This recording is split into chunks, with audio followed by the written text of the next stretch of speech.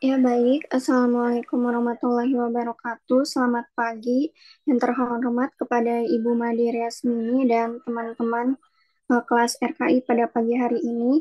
Eh, Presentasi kali ini kita akan membahas tentang pendidikan kesehatan pada kelompok lansia demensia.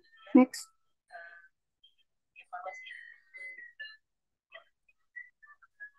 Untuk anggota kelompok 7 ada Atia Kamila, Bintang Eko Bawono, Faisa Salmaleka, Syafira Ayunda, dan Salwa Putri Afifah.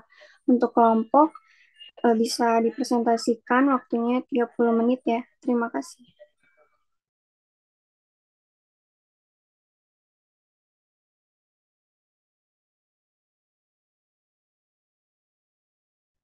Oke, terima kasih sebelumnya moderator atas kesempatannya. Selamat pagi teman-teman. Dari kelompok 7 Gerontik Komunitas ini mempresentasikan tentang yang pertama itu kita masuk ke bagian yang namanya demensia pada lansia ya. Mungkin untuk share screen boleh di next. Yang sudah dijanjikan dalam kontrak. Eh, Bapak Ibu, Ya, kita baik. akan Saya cut dulu ya. Saya cut. Kita tidak membahas demensia, tapi membahas pendidikan kesehatan pada kelompok lansia dengan demensia. Untuk demensianya sudah dapat Anda di gerontik non akut, ya. Jadi langsung saja ke pendidikan kesehatannya ya. Nggak usah bahas lagi tentang apa itu demensia.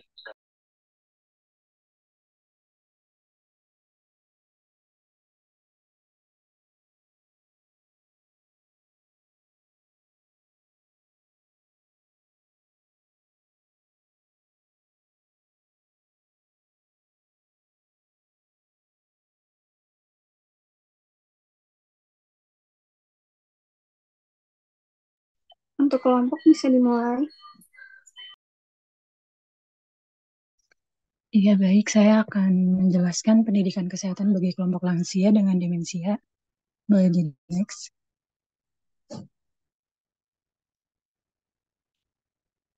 Untuk definisi dari pendidikan kesehatan ini adalah suatu komponen yang sangat dibutuhkan dalam bidang keperawatan gerontik dan merupakan salah satu upaya promotif dan preventif yang bisa dilakukan dengan tujuan menggambarkan masalah kesehatan pada lansia, membantu beradaptasi dengan penyakitnya, serta membantu lansia untuk menghadapi dan memahami serta memelihara masalah kesehatannya secara mandiri. Atau bisa kita ringkas menjadi usaha untuk mempengaruhi komunitas tertentu dalam meningkatkan kualitas hidup yang sehat. Next. Ya, pada pemberian pendidikan kesehatan pada lansia ini, untuk menunjang kesehatan pada kelompok lansia ini kan dibutuhkan pemahaman mengenai masalah dan kebutuhan yang dimiliki oleh kelompok lansia. Untuk itu, sebagai tenaga kesehatan, kita perlu menelaah kembali kebutuhan pendidikan kesehatan sesuai batasan umur pada lansia. Untuk usia pralansia atau 40 sampai 45 tahun membutuhkan informasi pengetahuan sebagai berikut seperti mengetahui sedini mungkin gejala proses penuaan seperti mudah lelah, nyeri dada, berdebar dan sesak nafas, mengetahui pentingnya pemeriksaan kesehatan secara berkala, mengetahui latihan kesegaran jasmani, melakukan diet dengan menu seimbang, meningkatkan kegiatan sosial di masyarakat, meningkatkan ketakwaan Tuhan Yang Maha Esa. Untuk lansia usia 55 sampai 64 tahun, membutuhkan informasi pengetahuan sebagai berikut, seperti pemeriksaan kesehatan secara berkala, perawatan gizi seimbang, kegiatan olahraga dan kesegaran jasmani, alat bantu untuk tetap berdaya guna, serta hubungan sosial di masyarakat. Yang terakhir ini untuk lansia usia 65 tahun ke atas dan kelompok risiko tinggi membutuhkan informasi pengetahuan sebagai berikut. Uh, yang pertama itu seperti pembinaan diri sendiri dalam memenuhi kebutuhan sehari-hari, pemakaian alat bantu sesuai kemampuan dan kebutuhan, pemeriksaan kesehatan, perawatan fisioterapi, latihan kesegaran jasmani, serta meningkatkan ketakwaan kepada Tuhan Yang Maha Esa. Boleh di next.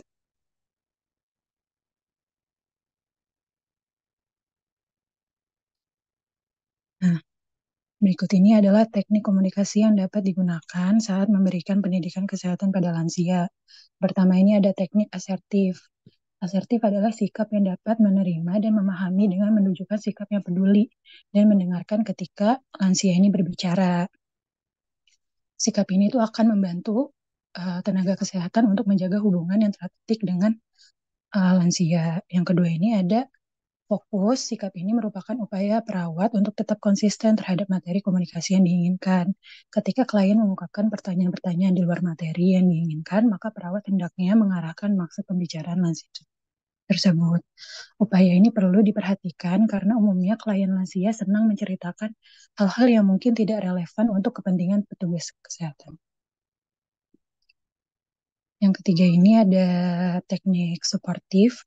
Perubahan yang terjadi pada lansia ini secara bertahap menyebabkan emosi lansia ini relatif menjadi labil. Perubahan ini perlu disikapi dengan menjaga kestabilan emosi lansia. Misalnya dengan mengiyakan, memberikan senyum, dan menganggukkan kepala ketika lansia ini mengungkapkan perasaannya sebagai sikap hormat menghargai selama lansia berbicara. Sikap ini dapat menumbuhkan kepercayaan diri lansia sehingga lansia tidak menjadi beban bagi keluarganya.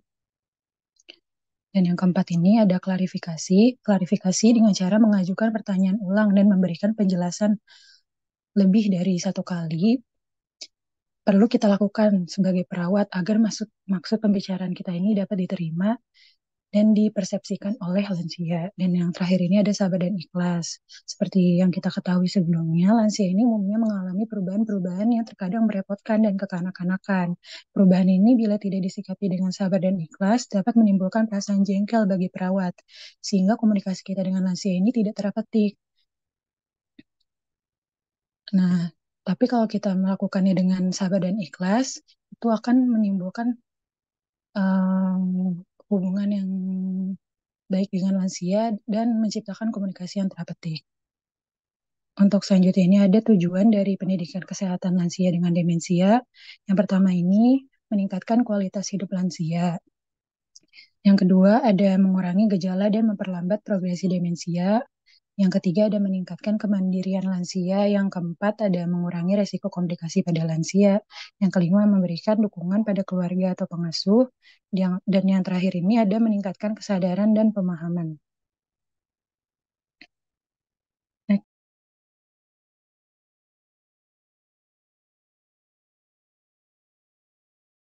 Baik, selanjutnya siapa sih sasaran dari pendidikan kesehatan pada lansia dengan demensia itu? Pertama ada tentunya lansia dengan demensianya ya. Nah, kemudian ada keluarga dan lansianya karena keluarga ini merupakan sumber pendukung utama bagi lansia. Kemudian ada caregiver dan masyarakat yang juga merupakan komponen penting ya yang berperan dalam mempengaruhi bagaimana kehidupan lansia yang memiliki demensia. Kemudian ada posbido dan puskesmas selaku institusi kesehatan yang dapat menyelenggarakan dan juga mendukung kegiatan pendidikan kesehatan pada lansia dengan demensia. Bisa di next.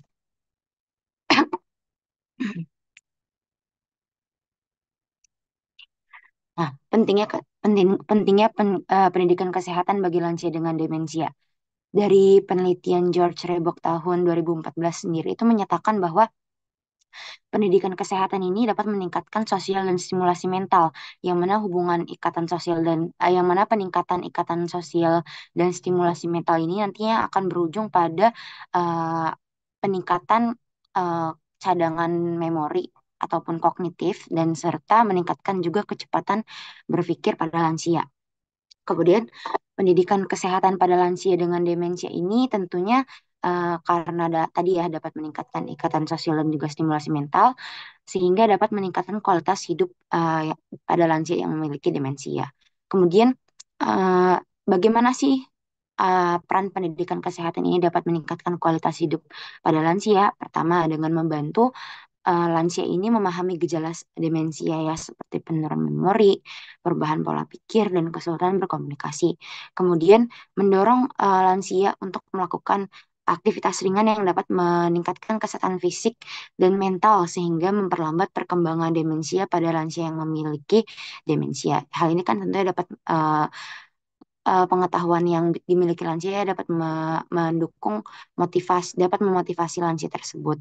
Kemudian ada membantu keluarga merawat lansia.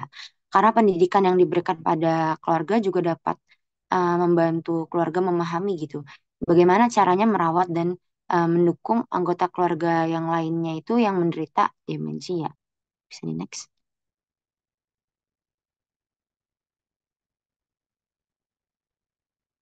Bisa di next.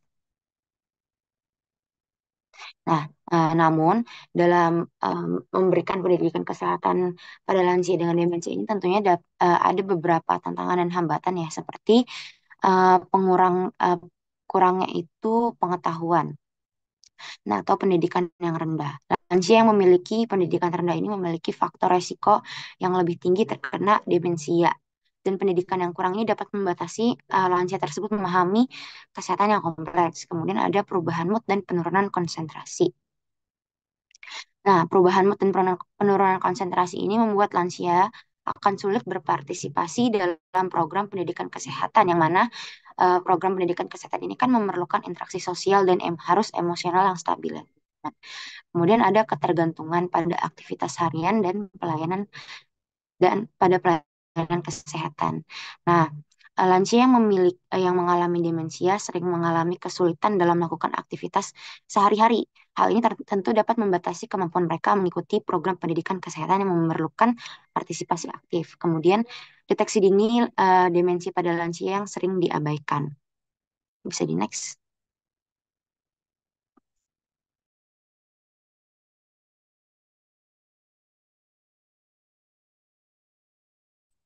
Ya, selanjutnya ada SAP dari demensia. SAP ini yang pertama ada pokok pembahasan. Pokok pembahasannya di sini contohnya ada pencegahan kepikunan demensia pada lansia. Pelaksanaannya yaitu pada hari Senin 2 September 2024, waktunya kurang lebih 10 menit. Tempatnya di Desa Kauman, Kalitengah, Wedi, Klaten, RT 21 RW 10. Sasaran targetnya, sasarannya warga Desa Kauman, Kalitengah, Wedi, Klaten. Targetnya lansia dengan demensia, keluarga yang memiliki lansia. Next. Ya, selanjutnya ada tujuan pembelajaran, yaitu ada tujuan umum dan tujuan khusus. Tujuan umumnya yaitu diharapkan warga mengetahui, memahami, mencegah, dan mengatasi kepikunan pada lansia dengan baik, sehingga mengurangi resiko timbulnya kepikunan pada lansia. Tujuan khususnya yaitu setelah mendapatkan penkes tentang kepikunan atau demensia selama 10 menit, warga mampu menjelaskan demensia atau kepikunan sesuai dengan bahasa sendiri, menguraikan kembali tanda dan gejala yang muncul pada demensia. Yang ketiga yaitu menyebutkan serta menjelaskan faktor penyebab kepikunan atau demensia yang tepat. Yang keempat, menjelaskan bagaimana langkah pengobatan apabila ditemukan tanda gejala kepikunan pada lansia, yaitu siapa yang perlu ditemui dan bagaimana pengobatannya. Dan yang kelima yaitu menjelaskan peran keluarga dalam mencegah kepikunan pada lansia. Yang terakhir menyebutkan kembali hal-hal yang dilakukan untuk pencegahan demensia pada lansia. Selanjutnya,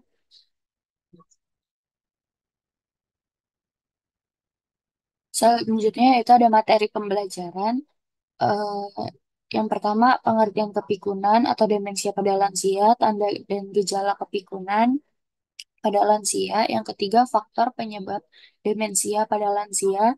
Yang keempat, siapa yang perlu ditemui dan pengobatan yang tersedia pada kepikunan atau demensia. Yang kelima, peran keluarga pada demensia pada lansia. Dan yang terakhir, pencegahan dan perawatan demensia pada lansia. Metode pembelajaran yaitu ceramah tanya jawab.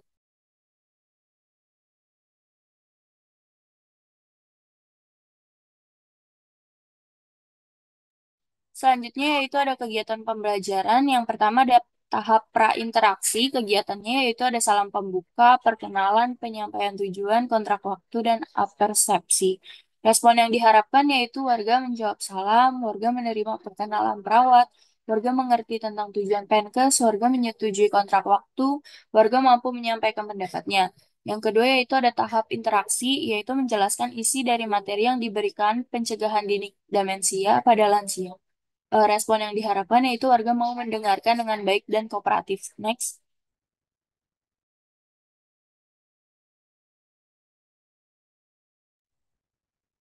Yang ketiga yaitu ada tahap terminasi, yaitu tahap evaluasi Penkes, kesimpulan dari Penkes, kontrak waktu yang akan datang, dan salam penutup. Warga mampu responnya yang diharapkan yaitu warga mampu menjawab pertanyaan perawat, warga memperhatikan, warga menyetujui kontrak waktu yang akan datang, dan warga menjawab salam. Media atau alat bantu yang digunakan yaitu ada laptop dan proyektor PPT tentang demensia dan brosur tentang demensia. Next slide akan dilanjutkan oleh teman saya. Ya, baik. Selanjutnya ada evaluasi dari tadi SAP yang pertama. Selanjutnya adalah evaluasi kegiatan yang telah dilakukan. Jadi yang pertama itu evaluasi itu terbagi menjadi empat nanti, menjadi tiga. Yang pertama itu adalah evaluasi struktur.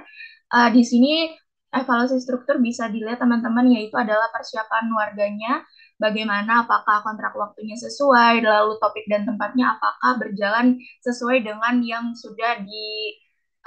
sudah ditentukan gitu oleh kelompok yang memberikan pendidikan kesehatan tersebut. Lalu untuk persiapan media dan alat bantu yang digunakan untuk berlangsungnya pendidikan kesehatan itu berjalan dengan baik, atau media ini bisa dimanfaatkan aksesnya dengan mudah seperti itu. Selanjutnya evaluasi proses. Evaluasi proses itu adalah evaluasi selama kegiatan itu berlangsung. Yang pertama adalah di sini evaluasi yang didapatkan oleh kelompok adalah warga mau mengikuti atau lansia mau mengikuti Penkes dengan baik dan sampai dengan selesainya Penkes tersebut. Lalu lansianya kooperatif dalam mengikuti Penkes. Lalu lansianya dapat bekerja sama dengan perawat yang memberikan pendidikan kesehatan, dan media alat bantunya dapat digunakan dengan baik, serta lingkungan pendidikan kesehatan hari itu mendukung untuk dilaksanakannya pendidikan kesehatan tersebut. Selanjutnya adalah evaluasi hasil. Evaluasi hasil ini dibagi ya. Yang pertama itu adalah evaluasi kognitifnya. Jadi setelah kelompok memberikan pendidikan kesehatan dan setelah lansia mengikuti pendidikan kesehatan tersebut, diharapkan lansia tersebut mampu menjawab pertanyaan-pertanyaan yang diajukan saat bagian materi. Yang pertama itu diharapkan dapat menjawab pertanyaan tentang menjelaskan pengertian hingga pencegahan dan perawatan kepikunan atau demensia dalam bahasanya sendiri. Lalu menyebutkan dan menjelaskan tanda dan gejala pada kepikunan atau demensia.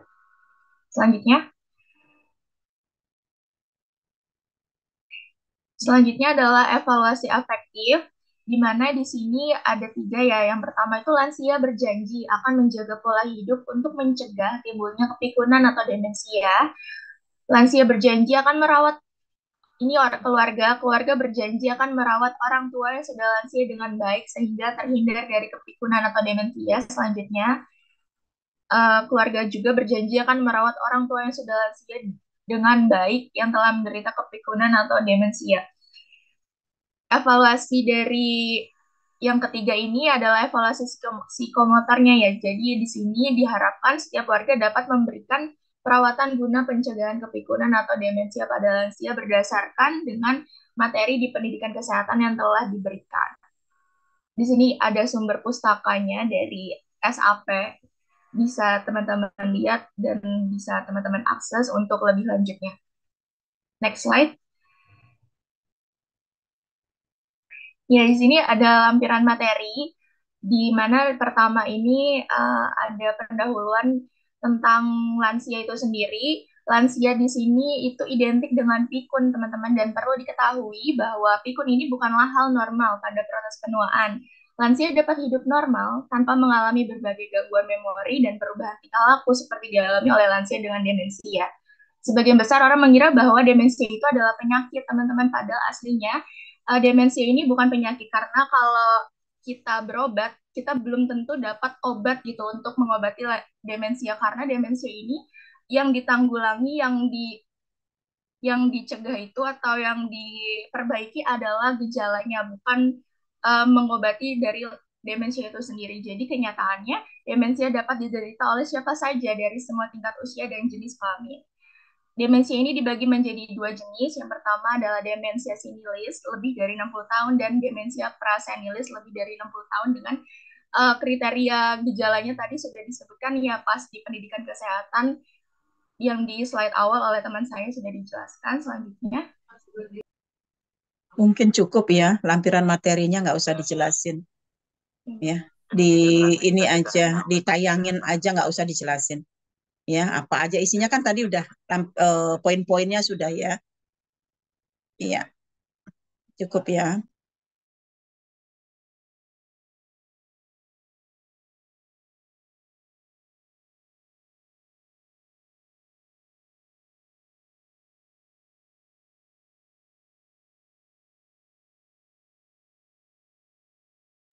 Ya teman-teman, di sini ada contoh brosur untuk Penkes demensia pada lansia. Ya, udah mungkin segitu aja teman-teman dari kelompok. Dikembalikan ke moderator.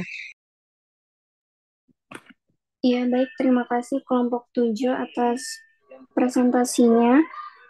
Sekarang kita akan sesi tanya jawab. Jika ada yang ingin bertanya, bisa di raise hand dan sebutkan namanya. Terima kasih.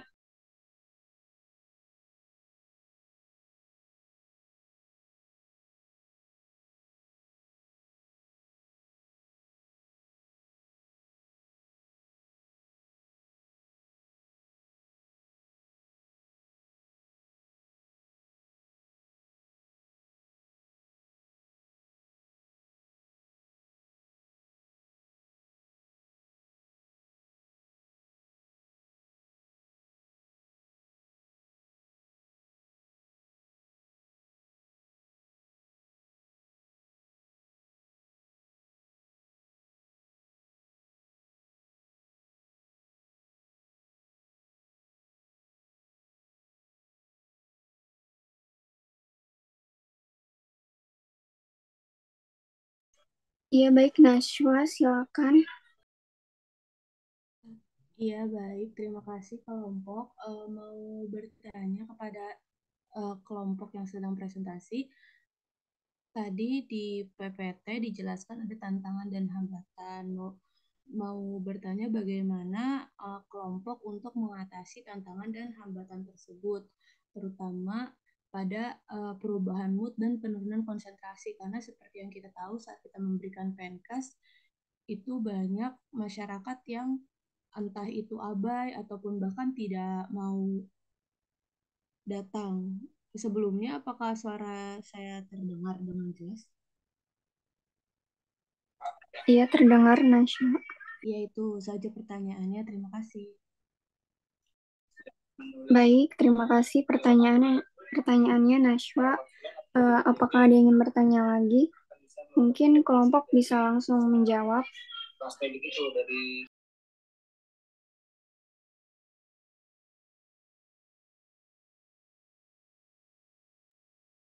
Izin moderator, Iya, Salwa, silakan. mungkin izin untuk menjawab pertanyaan yang ada ya, sembari menunggu pertanyaan yang lain. Nah, terima kasih Nasya ya atas koreksiannya karena tidak ada tentang sasarannya. Nanti akan ditambahkan kelompok di makalah dan juga PPT.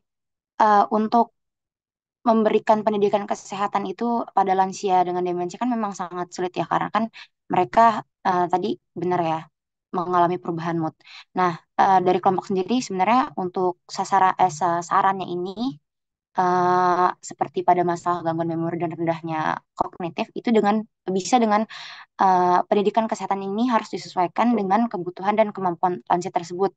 Nah, pendidikan kesehatan ini juga bisa menggunakan metode focus group discussion ya, sehingga dapat membantu lansia ini meningkatkan pemahamannya tentang demensia dan juga informasinya ini harus diulangi secara konsisten.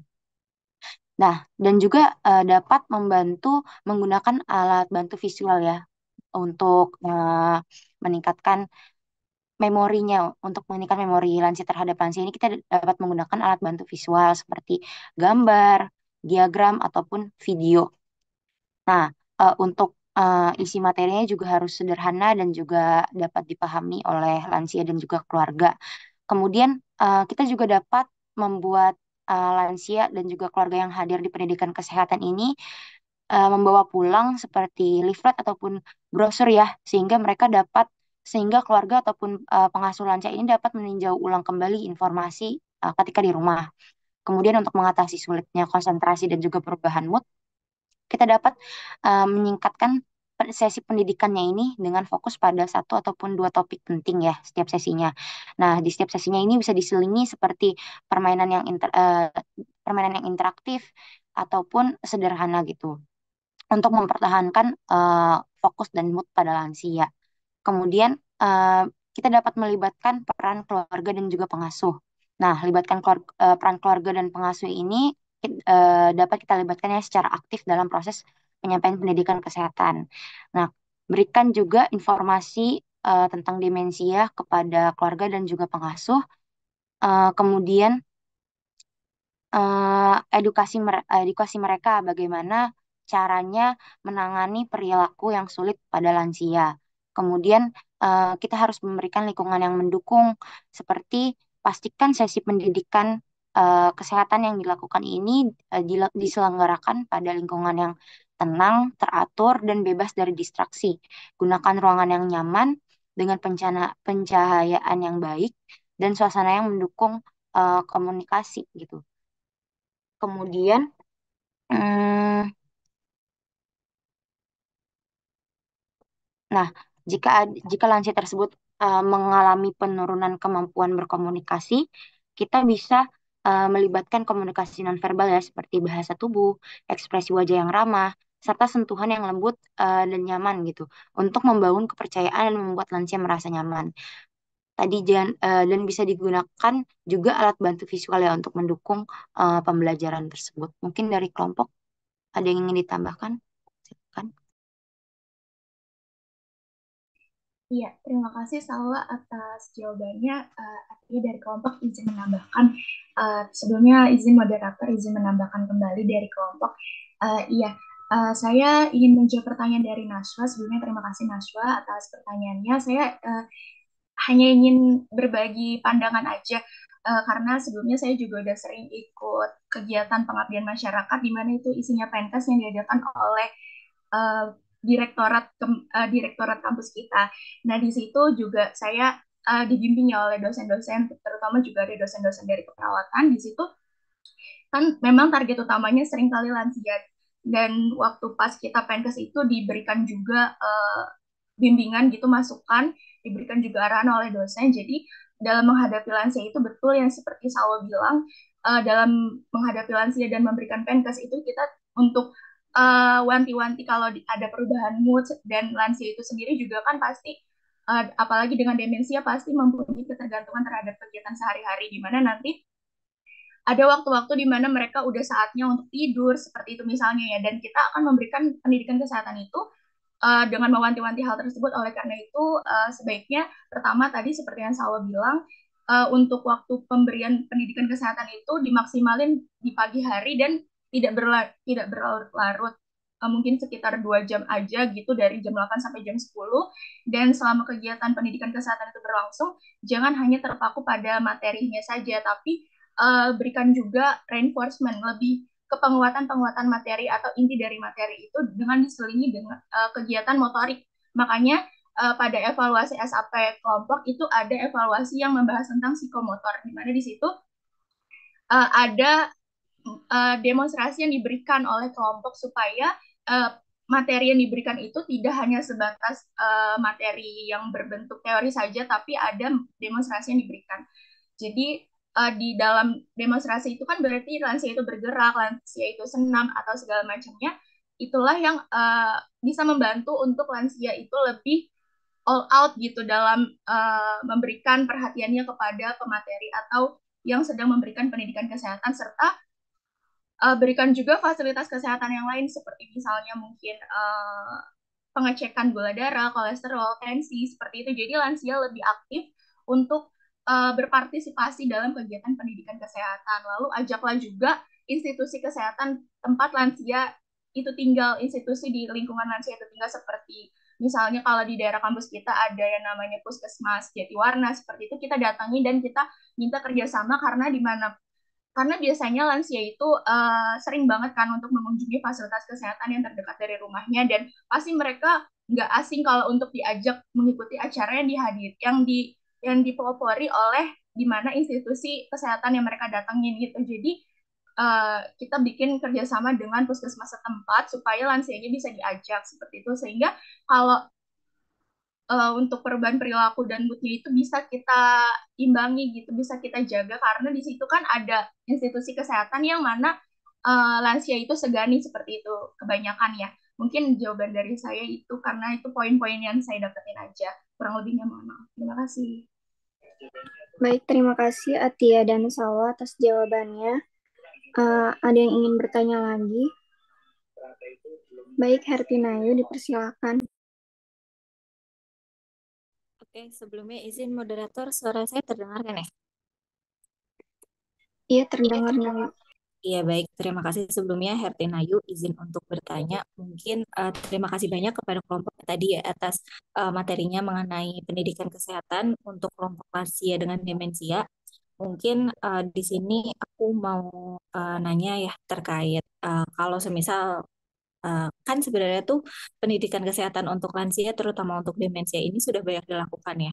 Kadang juga dari beberapa instansi juga udah mulai apa ya, istilahnya udah melakukan pendidikan kesehatan tersebut.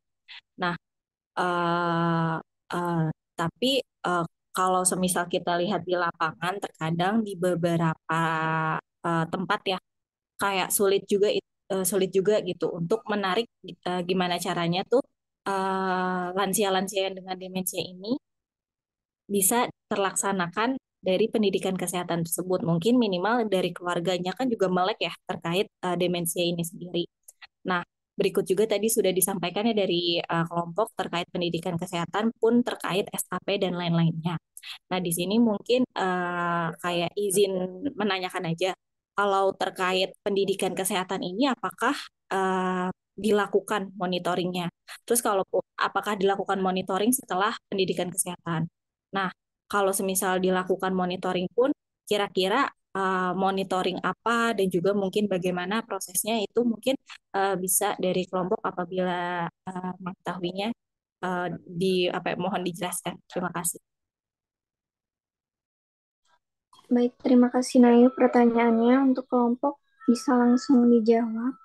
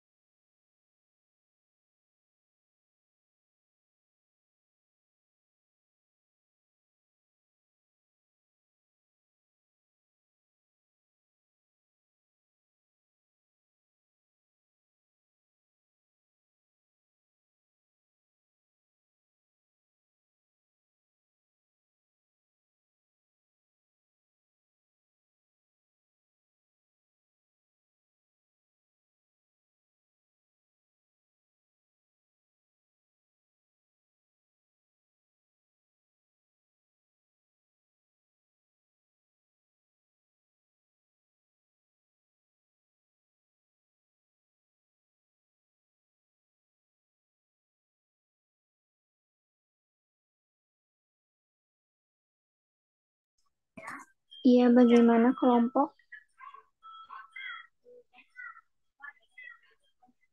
Mungkin dari teman-teman ada yang ingin bertanya, silakan raise hand ya.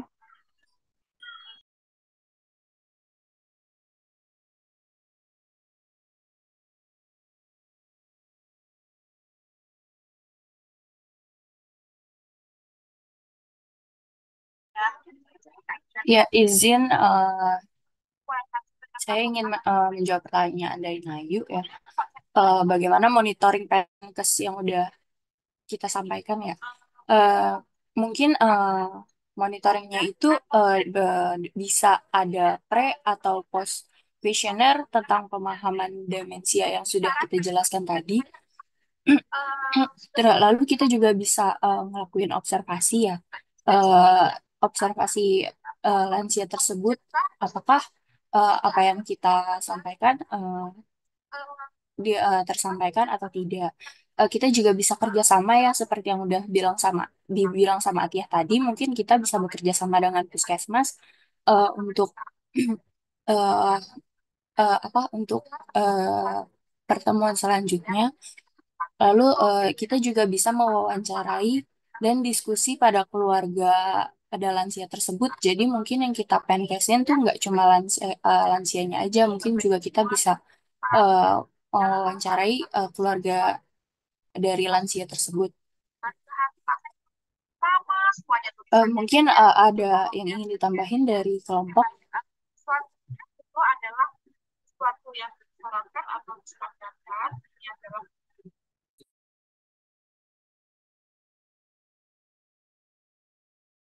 Iya, izin masuk, moderator, izin menambahkan jawaban dari kelompok. Sebelumnya terima kasih Bintang telah menjawab pertanyaan dari Heti Nayu. Makasih Nayu sudah bertanya. Saya izin menambahkan jawaban dari kelompok. Berdasarkan pengalaman lagi, teman-teman, mohon maaf kalau berdasarkan pengalaman. Jadi pertanyaannya perlu nggak sih monitoring? Jadi sepengalaman saya, waktu itu pengakmas lagi juga, di situ kan selain lansia, sasarannya itu kan ada puskesmas dan di puskesmas selain puskesmas dan lansia dan keluarga itu juga ada yang namanya kader ya teman-teman. Nah di situ tuh saat kita memberikan pendidikan kesehatan itu kita juga sembari memberikan leaflet lalu mengadakan cek kesehatan seperti itu kan. Jadi pendidikan kesehatan itu lebih lebih afdolnya kalau kita ada demonstrasinya dan ada pengecekan screeningnya seperti pendidikan kesehatan hipertensi. Jadi uh, demonstrasinya mungkin senam hipertensi dan ada screening untuk tekanan darah seperti itu teman-teman. Dan di situ kan ada kader-kadernya. Nah di situ kan pasti sudah ada pemberdayaan kader kan. Nah dari kita yang memberikan pendidikan kesehatan itu tuh memberikan leaflet dan memberikan juga kayak semacam kertas untuk screening yang rutin gitu teman-teman. Jadi mungkin di situ sepengalaman saya si kertas-kertas screening ini tuh akan dibawa lagi teman-teman saat ada Penkes kembali maupun saat kader-kader itu membuat screening tersendiri di wilayah Posbindu mereka. Jadi mungkin kalau dibilang monitoring mungkin dari pendidikan kesehatan itu nanti akan memberdayai kader dan kader akan melanjutkan untuk melakukan pengecekan terhadap screening yang telah diberikan Penkes tersebut. Seperti itu sih jawabannya. Semoga bisa terjawab. Terima kasih. Baik, terima kasih Bintang dan Atia atas jawabannya. Apakah sudah terjawab, Nayu? Sudah cukup menjawab, mungkin bisa dilanjut aja. Terima kasih banyak. Baik, terima kasih. Bagi teman-teman yang ingin bertanya lagi, bisa di-raise hand ya.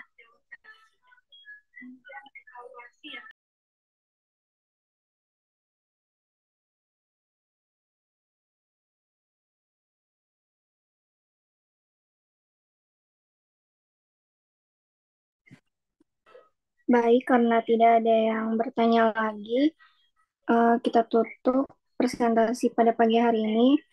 Sekian dari saya kembalikan ke Ibu Made.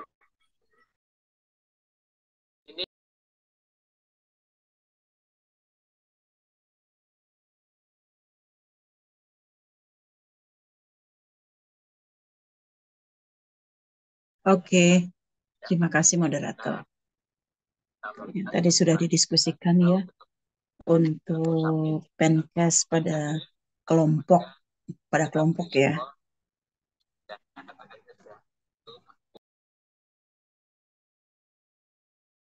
Penkes pada kelompok lansia dengan demensia. Beberapa diskusi tadi saya tangkap ya. Mungkin saya komentari dulu dari PowerPoint yang disampaikan ya.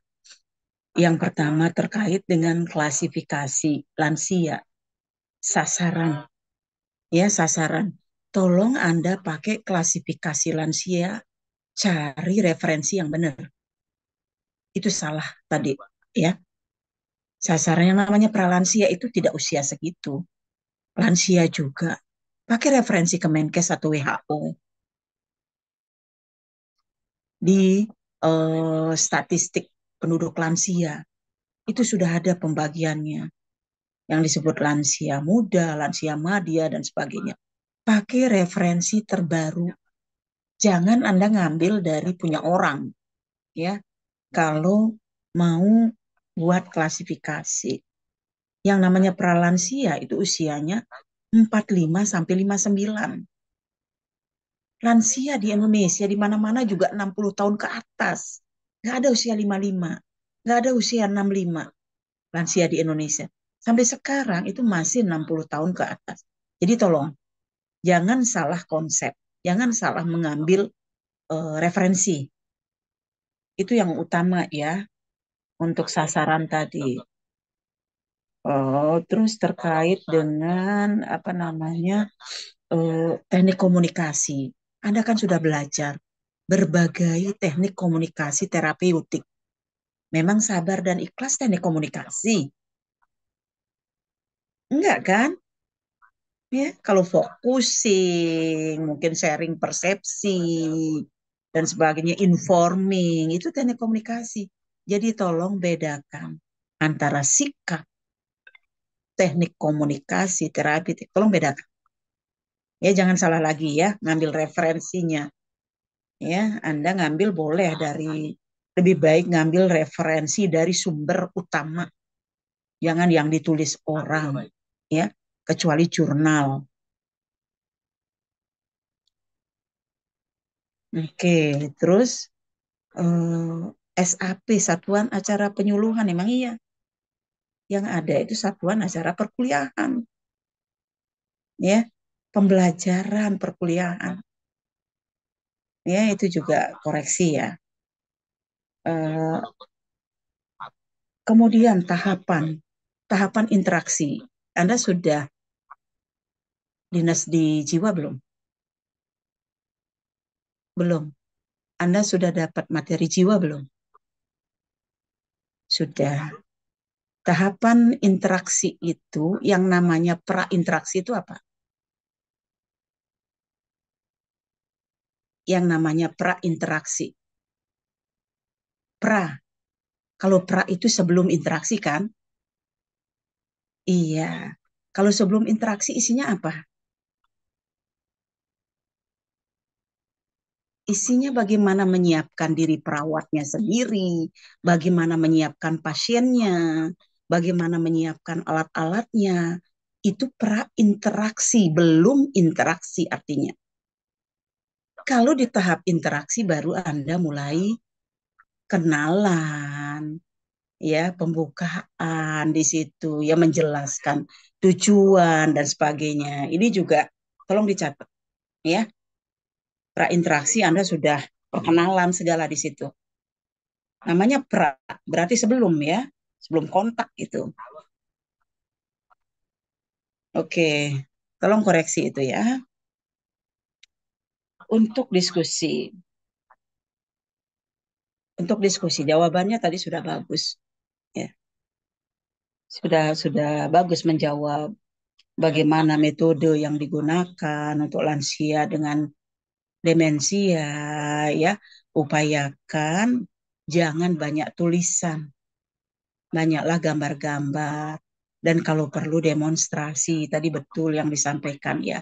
Jangan banyak ceramah, nggak akan kena.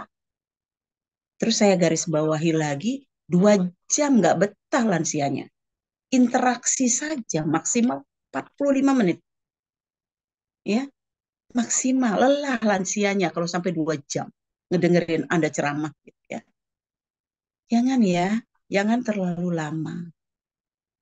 Ya, karena dia nggak kuat dia. Makanya ada perubahan mood dan sebagainya lansia itu. Pada saat kegiatan itu Anda sebagai fasilitator, misalnya teman-temannya itu harus melihat kondisi lansia.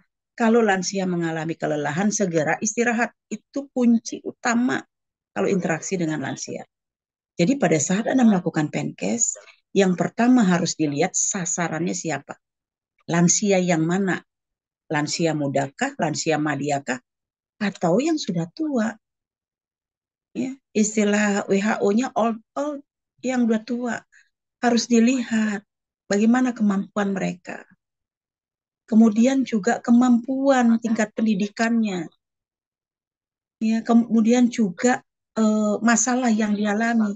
Lah kalau lansianya demensia, kalau demensia ringan, dia masih mampu untuk menerima ceramah mungkin ya.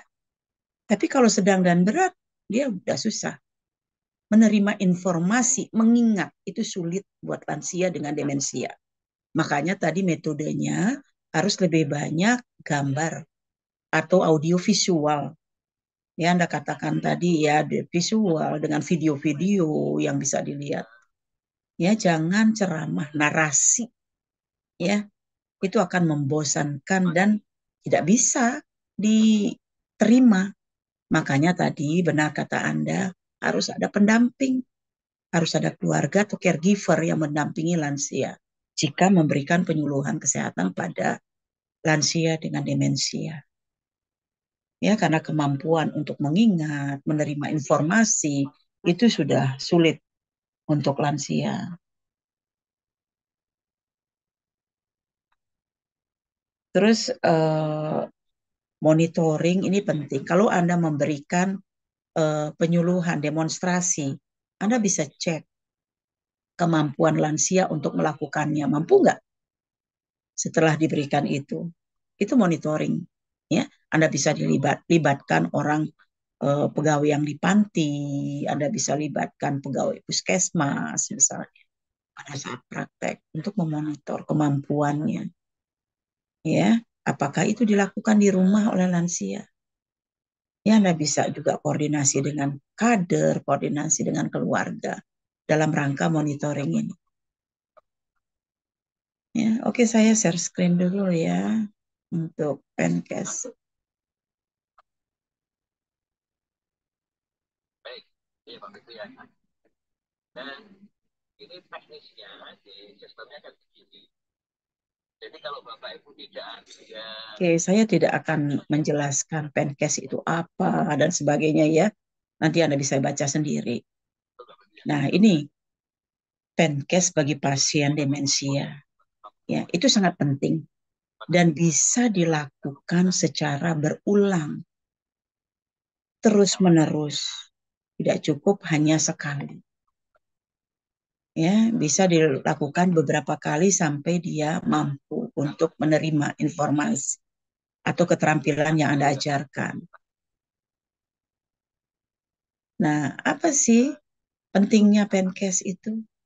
Pemberdayaan. Bagaimana Anda bisa memberdayakan lansia? Ya, betul tadi Anda katakan harus menjalin hubungan trust. Kalau tidak trust, nggak bisa. Kan Anda Penkesnya pada kelompok. Jadi anggota kelompok semua diberdayakan. Dan Anda bilang tadi bentuknya fokus group. Ya, peer group. Karena dia sesama mengalami demensia. Ya, bisa dalam kelompok kecil, bisa dalam kelompok yang lebih besar. Ya, tergantung kondisi lansianya.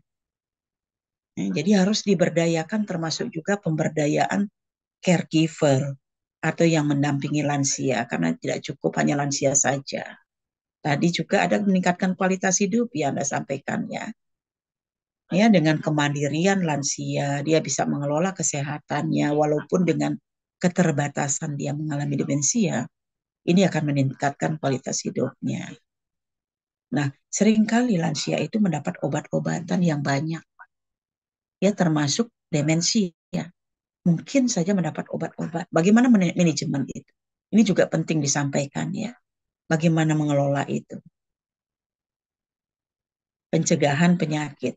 Lansia demensia atau pencegahan jatuh misalnya pada demensia.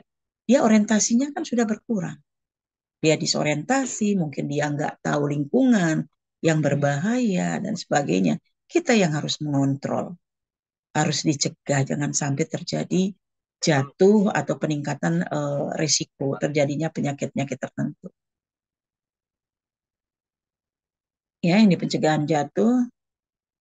Nah, ini tujuannya ya, tadi juga Anda sudah sampaikan tujuan Penkes. Kalau Anda menyampaikan tujuan pendidikan kesehatan, jangan mengandung beberapa makna. Mengetahui, memahami, mencegah, apalagi itu banyak banget. Harus satu. Misalnya mampu mendemonstrasikan apa gitu ya.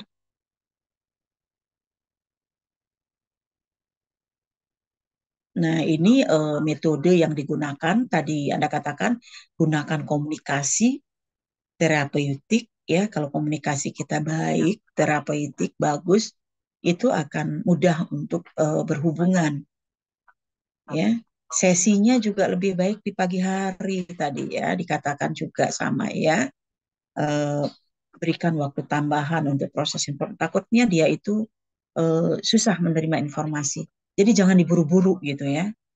Kasih kesempatan dia untuk memproses informasi yang diterima. Kaitkan dengan pengalaman-pengalaman lansia. Lansia mungkin banyak pengalaman. Jadi Anda harus kaitkan itu. Itu akan lebih menarik bagi dia. Ya daripada Anda ceramah terus gitu ya. Kurangi distraksi, jangan sampai Anda memilih tempat di tempat yang lalu lalang orang. Itu pasti distraksinya tinggi ya. Cari tempat yang aman, yang tidak ada kebisingan misalnya, karena kan dia selain demensia mengalami gangguan pendengaran, gangguan penglihatan dan sebagainya. Ya harus ringkas, jelas. Ya. Kalau bisa berikan berbagai variasi metode, ya terutama gambar-gambar, selingi dengan permainan, demonstrasi dan sebagainya. Itu akan lebih menarik. Oke. Nah, kita ulangi informasi kalau dia belum jelas. Ini teknik komunikasi kan, pengulangan, penguatan, kemudian focusing. Ya, lansia kan seringkali dia itu berulang-ulang ngomongnya, kemudian dia ceritanya panjang. Anda harus bisa focusing di situ. Nah, kita fokus pada kelompok ya. Ini kan ada individu, kelompok, masyarakat. Kita fokus Penkesnya pada kelompok. Nah, kelompok ini yang namanya lansia. Apa namanya, pralansia, kemudian lansia yang masih produktif, kondisi kesehatannya masih bagus, ada lansia yang berisiko. Kita harus lihat lansia yang mana yang kita tuju, dan secara tidak langsungnya tentu keluarga ya. Nah, metodenya itu macam-macam. Ya, bisa ceramah, brainstorming, demonstrasi, peer edukasi, tergantung dari kelompok. Kalau kelompok kecil di bawah 15, tadi yang Anda katakan, bisa dengan FGD, ya maksudnya small group itu ya, bisa dengan permainan di situ. Selain Anda memberikan informasi, Anda juga meningkatkan sosialisasi antar mereka ya. Mereka bisa berinteraksi satu dengan yang lain, itu akan lebih bagus. Kalau lebih dari 15 orang itu harus sudah dalam bentuk ceramah, seminar, mungkin masih bisa demonstrasi gitu ya, tapi terlalu besar kelompoknya juga ini agak sulit ya. Upayakan kelompok kecil. Nah, medianya macam-macam. Tadi Anda katakan dibawa misalnya dibawain leaflet dan sebagainya, itu bagus ya. Setelah Anda ceramah, ada leaflet, ada ringkasan materi yang diberikan pada lansia dan keluarga untuk dibaca di rumah atau untuk latihan di rumah. Anda bisa pakai video. Nah, ini pendekatannya kita harus melihat biopsikososial spiritual lansia pada saat melakukan Penkes juga. Ya, ada faktor pendukung ini, kita harus hargai pengalaman yang dia punya.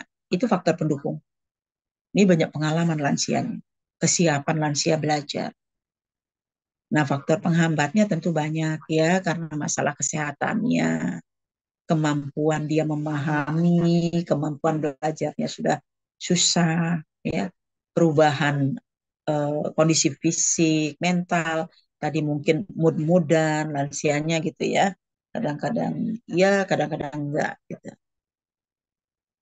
Oke, Oke, alat bantunya bisa macam-macam karena merangsang berbagai panca indera.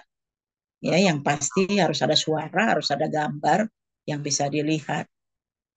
Ya, harus interaktif alatnya.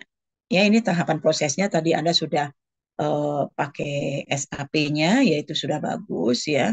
Tahapan prosesnya dari persiapan sampai implementasi sampai evaluasi. Oke, mungkin itu yang bisa saya sampaikan untuk memperkuat apa yang sudah Anda paparkan. Ya, silakan. Kalau ada yang masih mau ditanyakan.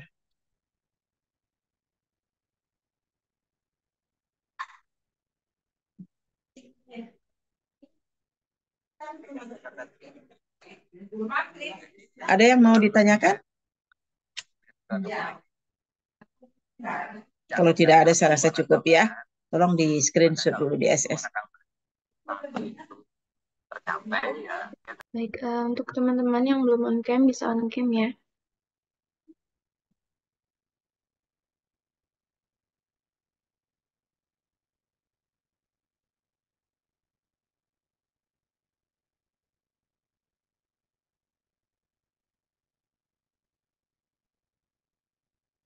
Oke, slide pertama.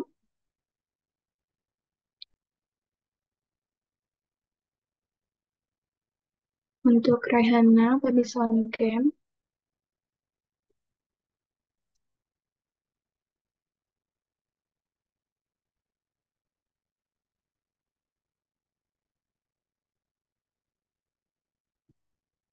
Ya, untuk slide kedua. Oke, baik. Sudah Ibu. Mungkin ada saat Oke, makasih ya. ada Ya. kesempatan Bapak Ibu. Oke, itu aja mungkin ya. Selamat pagi semuanya. Salam sehat semua ya. Saya izin live. Terima kasih banyak, Ibu. Kirim ya PPT saya, yuk. Iya, Makasih. terima kasih. Tolong kirim PPT-nya juga ya sebagai bahan kirim ke saya. Iya, baik, Ibu.